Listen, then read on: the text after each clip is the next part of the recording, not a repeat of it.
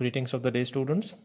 तो last time हमने Turing machine के इंट्रोडक्शन के बारे में बात की थी। आज उसमें फर्दर टॉपिक के बारे में बात करेंगे, जैसे कि Turing machine as a computer of function या कंप्यूटेबल फंक्शंस ट्यूरिंग मशीन में कैसे डिज़ाइन करते हैं बेसिकली। ठीक है, अभी हम ऐसा मशीन डिज़ाइन कर रहे हैं जैसे कि हमें पहले बात कर रहे थे। पहले हमने एफ पढ़ा था, एफ के बाद जैसे कि पी पढ़ा है। ठीक है, एफ यूज़ होता है रेगुलर लैंग्वेजेस डिज़ाइन करने के लिए, पी यूज़ होता है कॉन्टेक्स्ट फ्री लैंग्वेजेस डिज़ाइन करने के लिए।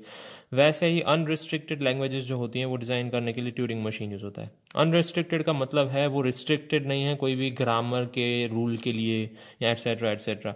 तो हम एक ऐसे जनरल पर्पस कंप्यूटर की तरफ बढ़ रहे हैं, जनरल पर्पस कंप्यूटर डिज़ाइनिंग की तरफ बढ़ रहे हैं कि जो सब कुछ कर सकता है। ठीक है, जनरल पर्पस कंप्यूटर डिज़ाइनिंग की बात करें तो ओके। तो ऐसे ही टीएम कोई सिंपल फंक्शंस या इसके अलावा काफ़ी, मैंने यहाँ पे 4 मैथमेटिकल फंक्शंस लिखे हैं या एरिथमेटिक फंक्शंस लिखे हैं। ओके, ऑपरेशंस की हम यहाँ बात कर रहे हैं। ठीक है, तो एडिशन, सब्ट्रैक्शन, मल्टीप्लिकेशन, डिवीजन, ऐसे कोई भी कंप्यूटेशन ऑपरेशन है, या फिर आप कॉम्प्लीमेंटेशन की बात कर लीजिए। Okay, even complementation you can design कि अगर आपको स्ट्रिंग दी गई है 0 1 0 तो इसका कॉम्प्लीमेंट आप क्या करेंगे 1 0 1। तो कॉम्प्लीमेंटेशन ऑपरेशन आप कोई भी चीज़ डिज़ाइन कर सकते हैं, 1's कॉम्प्लीमेंट, 2's कॉम्प्लीमेंट। ठीक है, इट्स अप टू यू। तो फंक्शन कैसे डिज़ाइन करते हैं, वो कोई एक इनपुट अल्फ़ाबेट से लेके कोई भी एक दूसरे इनपुट अल्फ़ाबेट्स तक जा सकता है, ऐसा एक फंक्शन आप डिज़ाइन कर सकते हैं। ठीक है, तो फंक्शन होता है वो ट्यूरिंग कंप्लीट या ट्यूरिंग कंप्यूटेबल फंक्शन है। ओके, जिसके लिए आप ट्यूरिंग मशीन एम डिज़ाइन करते हैं। काफ़ी सारे फंक्शन है वो ट्यूरिंग कंप्लीट या ट्यूरिंग कंप्यूटेबल नहीं होते हैं, कि जो फंक्शंस आप इससे डिज़ाइन नहीं कर सकते हैं। ठीक है, उसको ट्यूरिंग इनकम्प्यूटेबल फंक्शंस कहते हैं। फाइन, तो ट्यूरिंग कंप्यूटेबल फंक्शंस क्या है कि जिसमें हम Q0 एक स्टेट में है जहाँ से स्टार्ट करते हैं, वहाँ से QF स्टेट में जाते हैं। ब्लैंक ओमेगा ब्लैंक, ओमेगा एक स्ट्रिंग है। ठीक है, तो हम Q0 स्टेट को ब्लैंक ओमेगा ब्लैंक नाम की स्ट्रिंग देते हैं इनपुट टेप पे। कहाँ देते हैं, इनपुट टेप पे। फाइन, और वहीं हम फाइनल स्टेट में एंड अप करते हैं, तब हमें हमारी इनपुट टेप चेंज होके मिलती है ओमेगा की जगह म्यू। तो b mu b, blank mu blank. ठीक है, तो ऐसे मशीन को जब हम आउटपुट के तौर पे लेते हैं 1 और मोर टाइम्स यूज़ करके, ठीक है, 1 और मोर टाइम्स हम ट्रावर्स करके जब हम आउटपुट जनरेट करते हैं, तब omega belongs to sigma 1 star, यानी कि इनपुट का जो इनपुट फंक्शन है इसका हम डोमेन पढ़े हुए हैं। ठीक है, और सिग्मा 2 स्टार क्या होता है, कोडोमेन, जहाँ पे उसकी रेंज लाई करती है। ठीक है, तो हमें बेसिकली प्रूव क्या करना है कि वो कंप्यूटेबल फंक्शन है अगर एफ ऑफ डब्ल्यू है वो म्यू जनरेट कर सकता है। अगर हमें कोई भी स्ट्रिंग एफ ऑफ डब्ल्यू है वो म्यू जनरेट कर सकती है तो हम उसको कंप्यूटेबल कहेंगे। जैसे कि हमने यहाँ पे कॉम्प्लीमेंटेशन की बात की हुई है कि हमें अगर स्ट्रिंग मिलती है 0 1 0, तो ओमेगा क्या हो गई हमारी स्ट्रिंग 0 1 0, और म्यू हमारी स्ट्रिंग क्या है इनपुट टेप पे 1 0 1 हमें मिलनी चाहिए। तो अगर f of 0 1 0 is equal to 1 0 1 है तो वो कंप्यूटेबल फंक्शन है। ओके, उसको हम कोई एक Q0 स्टेट से स्टार्ट करके हम QF स्टेट में एंड कर सकते हैं। ये बहुत ही सिंपल टर्मिनोलॉजी है, if you could understand it. Okay, so moving forward एक छोटा सा एग्जांपल देख लेते हैं। ठीक है, वंस कॉम्प्लीमेंट आप कैसे जनरेट कर सकते हैं, कोई भी कंप्यूटेबल फंक्शंस आप ट्यूरिंग मशीन में डिज़ाइन कर रहे हैं तो Q0 से आप स्टार्ट करते हैं। ठीक है, तो जब भी 0 आता है इनपुट टेप पे आप उसको 1 से रिप्लेस करके राइट में चले जाते हैं। जब भी 1 आता है उसको 0 से रिप्लेस करके आप इनपुट टेप पे राइट में चले जाते हैं। जैसे कि आपको इनपुट टेप दी गई है कोई भी, अज्यूम कर लेते हैं बी, यहाँ पे जो डिस्कस किया है वही एग्जांपल ले रहा हूँ 0 1 0, तो 0 1 0 अगेन बी आता है और फिर इनफाइनाइट लॉन्ग टेप है। मेरा इनपुट यहाँ पे ख़त्म हो जाता है, ब्लैंक से स्टार्ट होकर ब्लैंक पे ख़त्म हो जाता है। यहाँ से अगर मैं स्टार्ट करता हूँ तो 0 को रिमूव करके 1 लिखूंगा, 1 को रिमूव करके 0 लिखूंगा, 0 को रिमूव करके 1 लिखूंगा, और जब मेरा इनपुट हेड या मेरा हेड यहाँ पे आ जाएगा तब ब्लैंक आ जाएगा। तो मुझे पता चल जाएगा ब्लैंक को मुझे रिप्लेस नहीं करना है, ब्लैंक को ब्लैंक रख के मुझे एक लेफ्ट आ जाना है, मतलब यहाँ पे मेरा इनपुट यहाँ पे खत्म हो रहा है 1 0 1 पे, और मैं कहाँ चला जा रहा हूँ, हॉल्टिंग स्टेट में या फाइनल स्टेट में चला जा रहा हूँ। ठीक है, सो इस तरीके से हम काफ़ी सारी चीज़ें कंप्यूट कर सकते हैं। नेक्स्ट एग्जाम्पल किसका है, सब्ट्रैक्शन का, सब्ट्रैक्शन ऑफ यूनरी नंबर।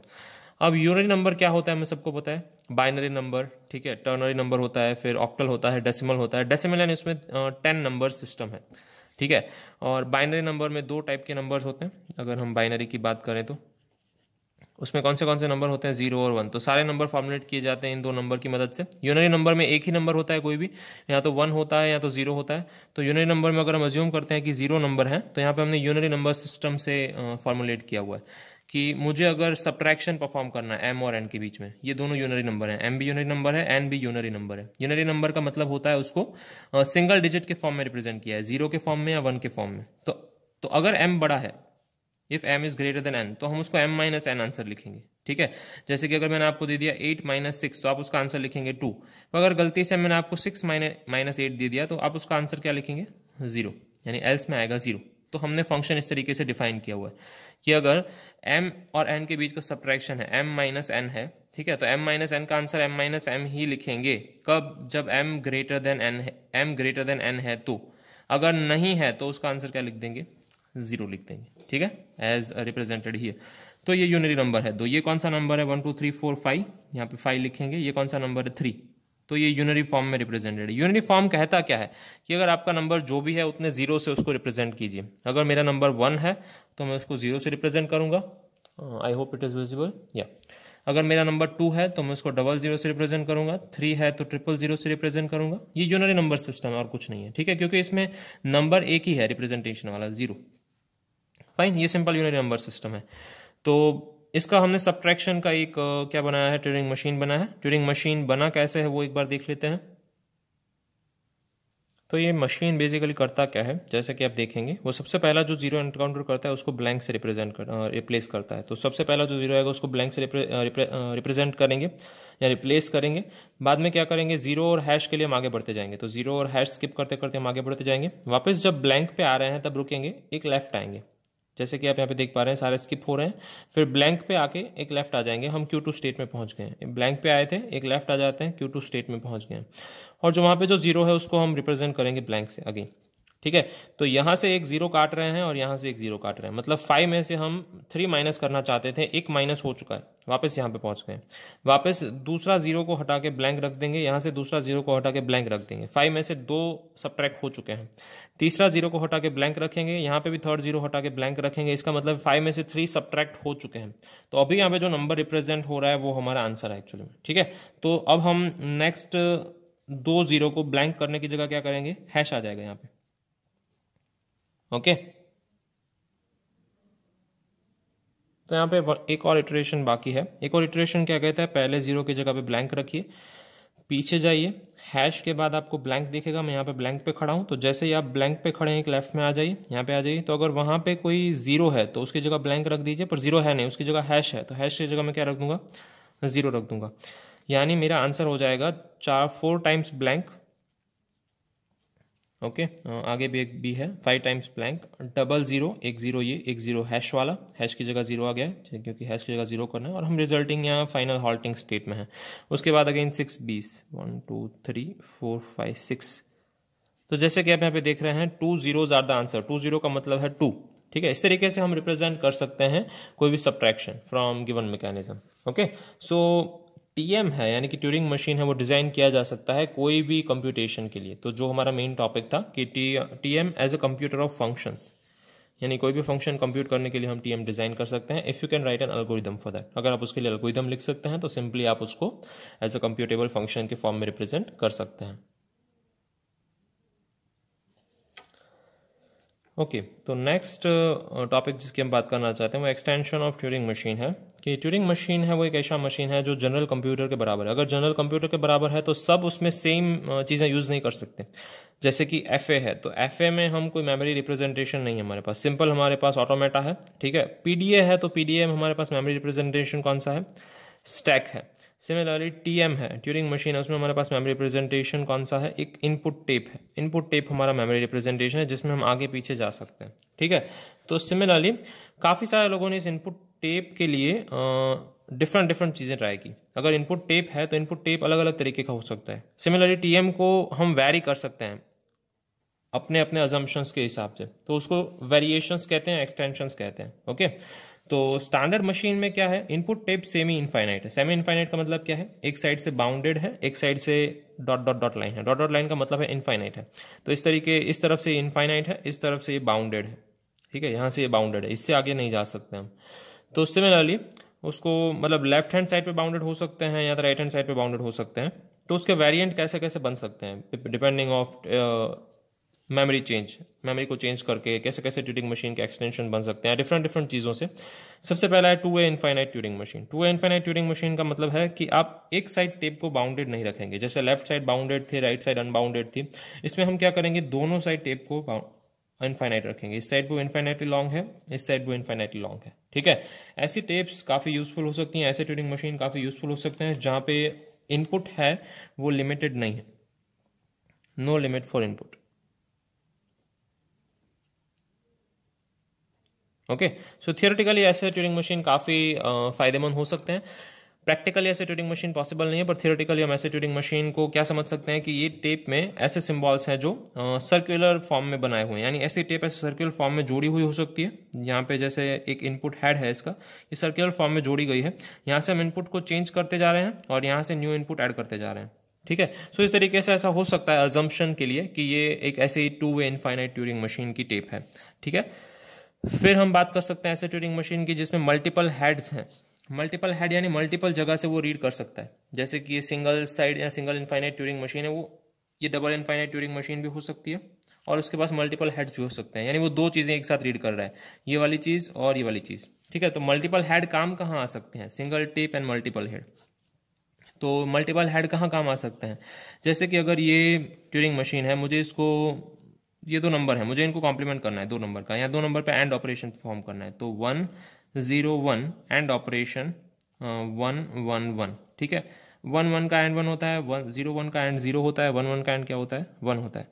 तो 1 0 1 और एंड ऑपरेशन 1 1 1 के साथ आंसर आता है 1 0 1। ठीक है, तो अगर मुझे ये आंसर इस ब्लैंक के बाद लिखते जाना है तो मेरे पास दो हेड होने चाहिए, एक हेड यहाँ पे होना चाहिए, एक हेड यहाँ पे होना चाहिए, जो दोनों सेम टाइम पे रीड कर सकता है। ठीक है,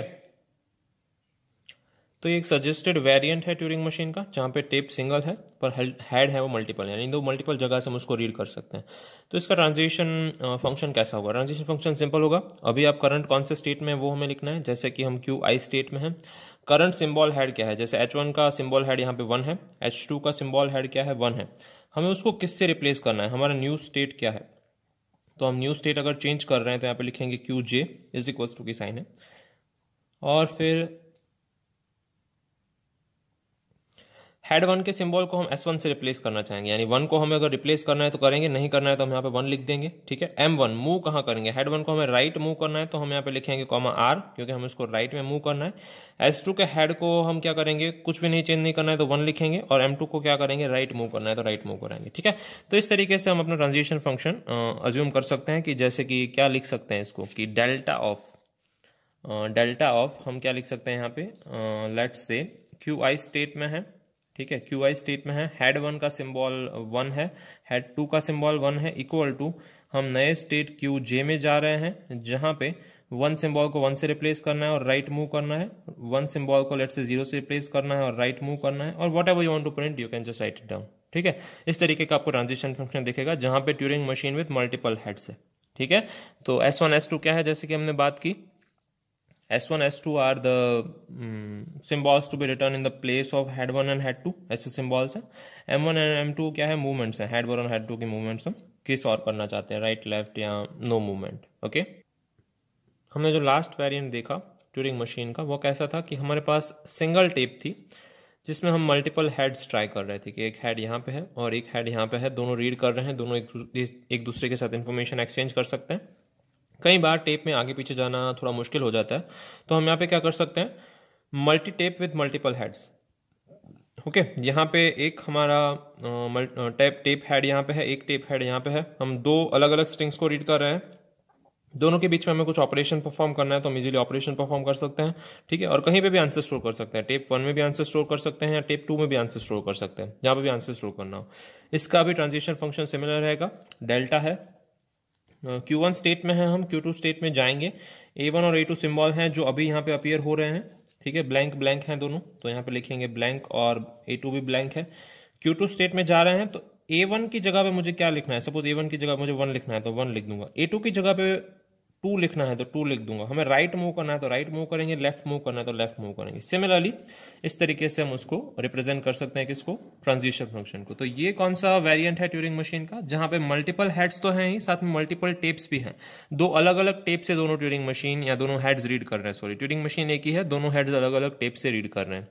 फिर आता है non deterministic Turing machine.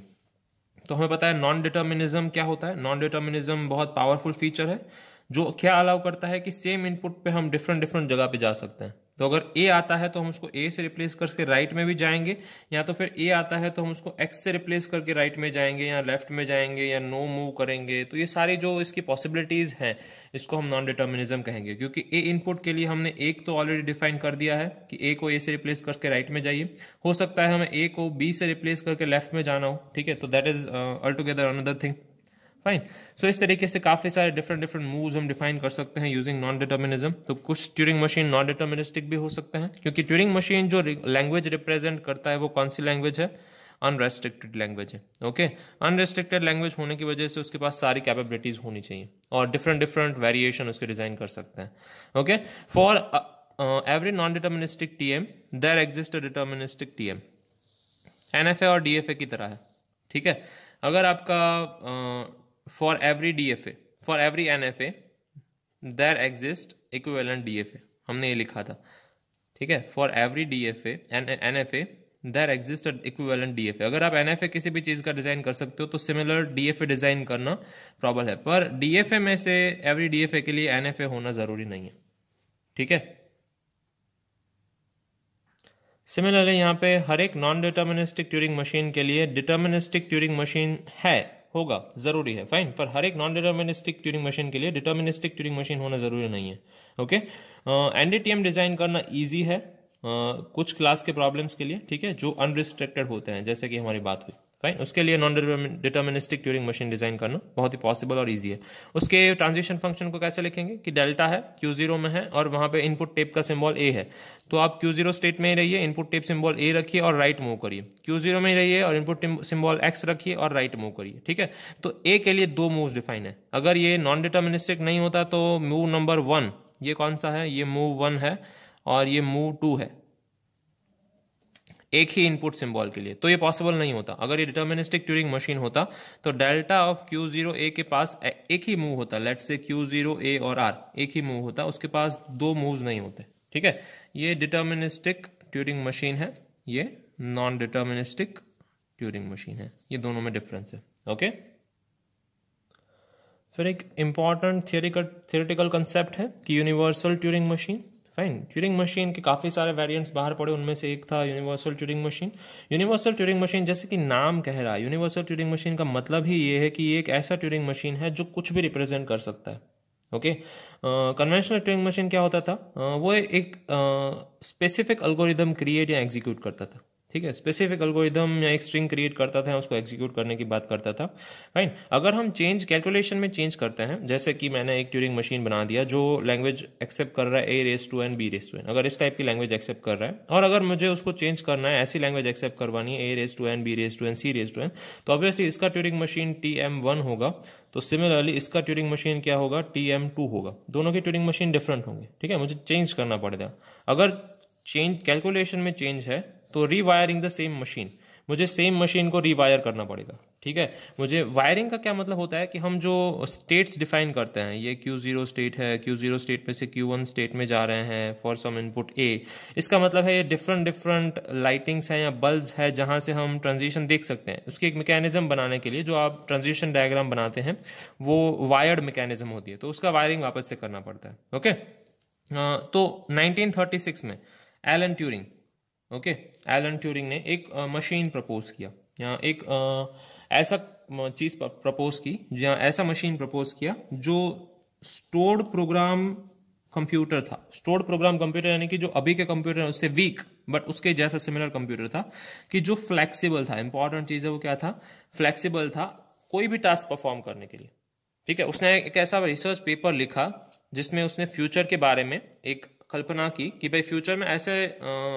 Computers आएंगे, ऐसे मशीन्स आएंगे जिस पे हम फ्लेक्सिबल होंगे कोई भी टास्क करने के लिए। तो यूनिवर्सल ट्यूरिंग मशीन काफी इंपॉर्टेंट टॉपिक है जिसके बारे में काफी पूछा जाता है एग्जाम में, ठीक है। तो you can write down these topics as a summary of universal Turing machine.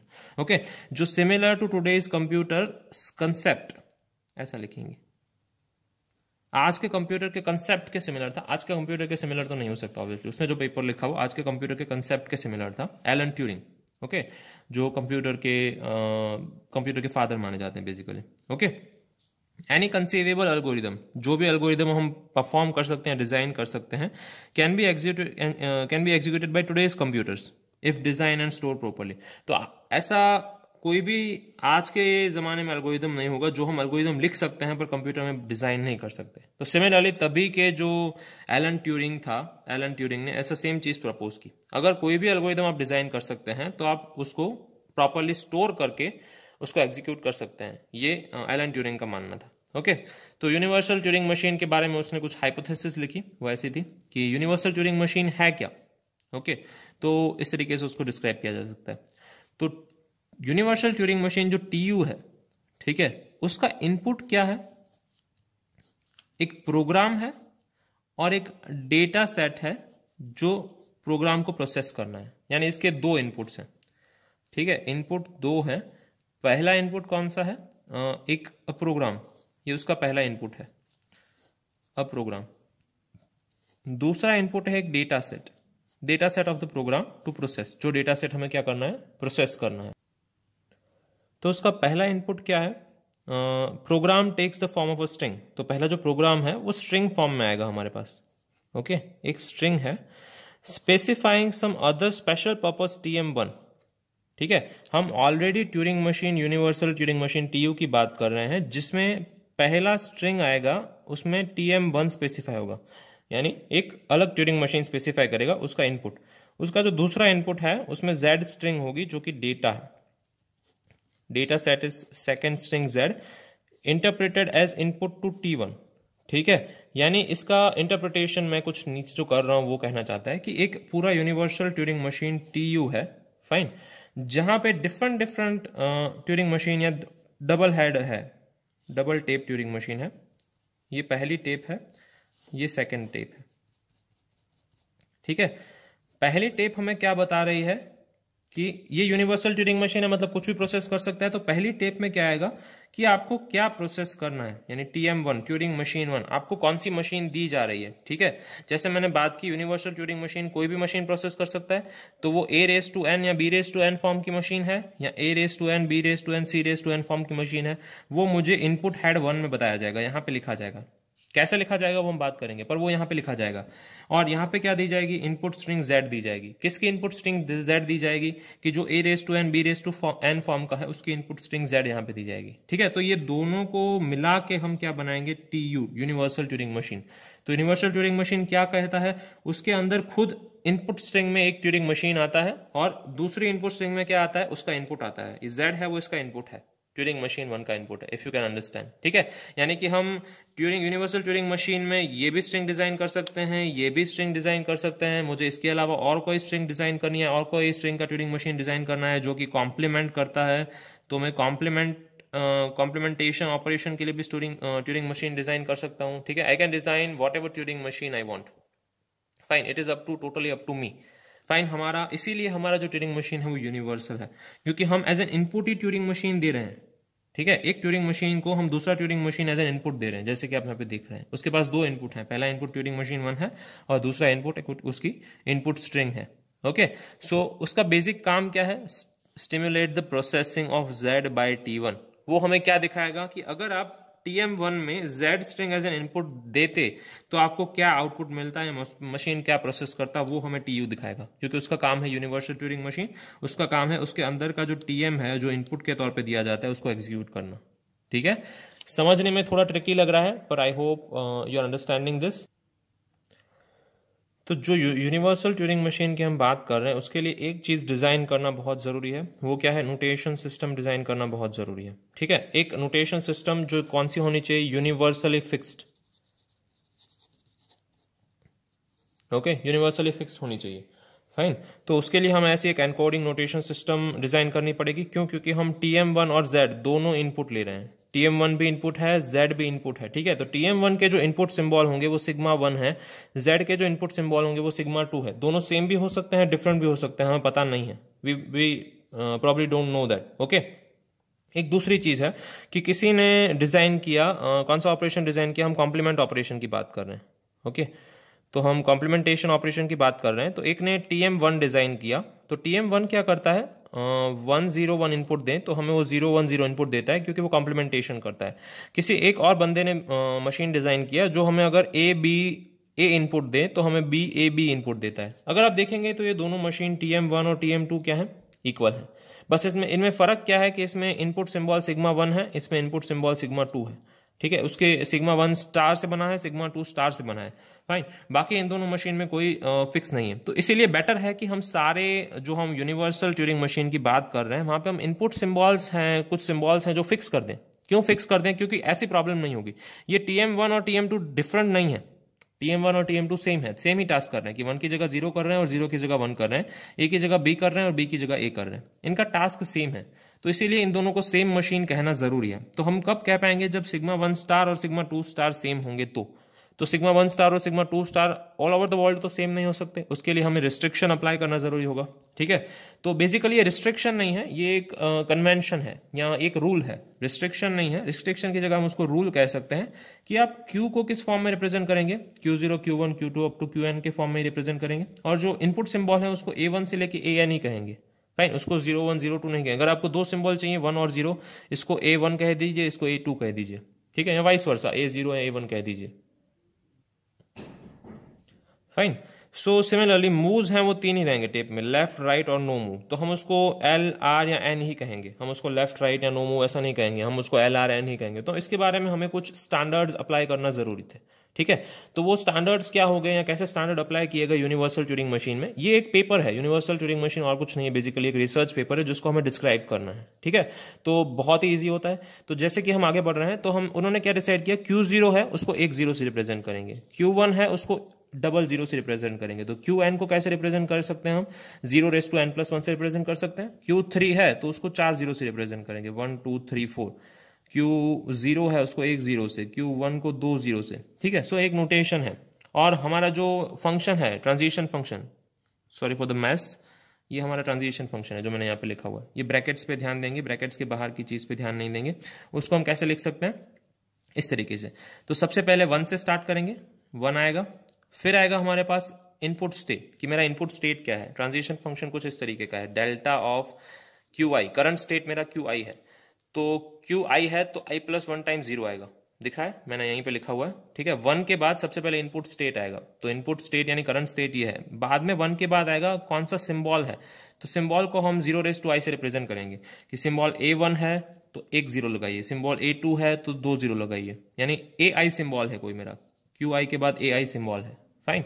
फिर मैं कौन से स्टेट में जा रहा हूं, तो मैं लेट से QJ स्टेट में जा रहा हूं, QJ स्टेट में जा रहा हूं। तो 1 के बाद वापस से मैं 0⁻J+1 से रिप्रेजेंट करूंगा मैं कौन से स्टेट में जा रहा हूं, ठीक है। मैं जब QJ स्टेट में पहुंचा तो मेरे पास कौन सा AI को किससे रिप्लेस करना है, AI को लेट से AJ से रिप्लेस करना है। तो 1,0⁻J इतने टाइप के 0 में टाइप करूंगा, ठीक है। ये एक नोटेशन सिंबल है। और लास्ट में क्या बचा हमारे पास, कौन सा मूव, तो M लिख दूंगा इसको, ML है, MR है, MN है। ML मतलब लेफ्ट मूव करना है, तो मैं इसके लिए कोई एक नोटेशन सिस्टम रख सकता हूं सिंपल कि ML है वो सिंगल 0 है, मूव राइट यानी 00 है, और मूव नन यानी 000 है। तो मुझे यहाँ पे 1 0 लिखूंगा उस हिसाब से चलेगा। ML है जैसे कि यहाँ पे, तो मैं 1 ही 0 लिखूंगा। MR आएगा तो 2 0, नो मूव आएगा तो 3 0। इस तरीके से मैं उसको रिप्रेजेंट कर सकता हूँ। ये सिर्फ नोटेशन है आपको कैसे आपकी स्ट्रिंग रिप्रेजेंट करनी है। तो मैंने मेरी स्ट्रिंग कैसे रिप्रेजेंट की है, 0 से रिप्रेजेंट की है। हर एक 0 को मैंने कैसे सेपरेट किया है, 1 से सेपरेट किया है। सब 0 0 के फॉर्म के बीच में 1 है, ठीक है। सो कोई एक स्ट्रिंग अगर आपको एग्जाम्पल के तौर पर लेनी है, I just move down a bit, या तो जैसे कि मेरी स्ट्रिंग है डेल्टा, Q1 स्टेट में हम खड़े हैं, ठीक है। वहां पे A1 सिंबल आता है, वहां पे से हम Q2 स्टेट में जा रहे हैं, वहां पे सिंबल आता है A1 को रिप्लेस करना है A2 से, और मुझे मूव करना है राइट में MR। इसको मैं कैसे रिप्रेजेंट करूंगा, तो इसकी बाइनरी स्ट्रिंग कुछ ऐसी होगी।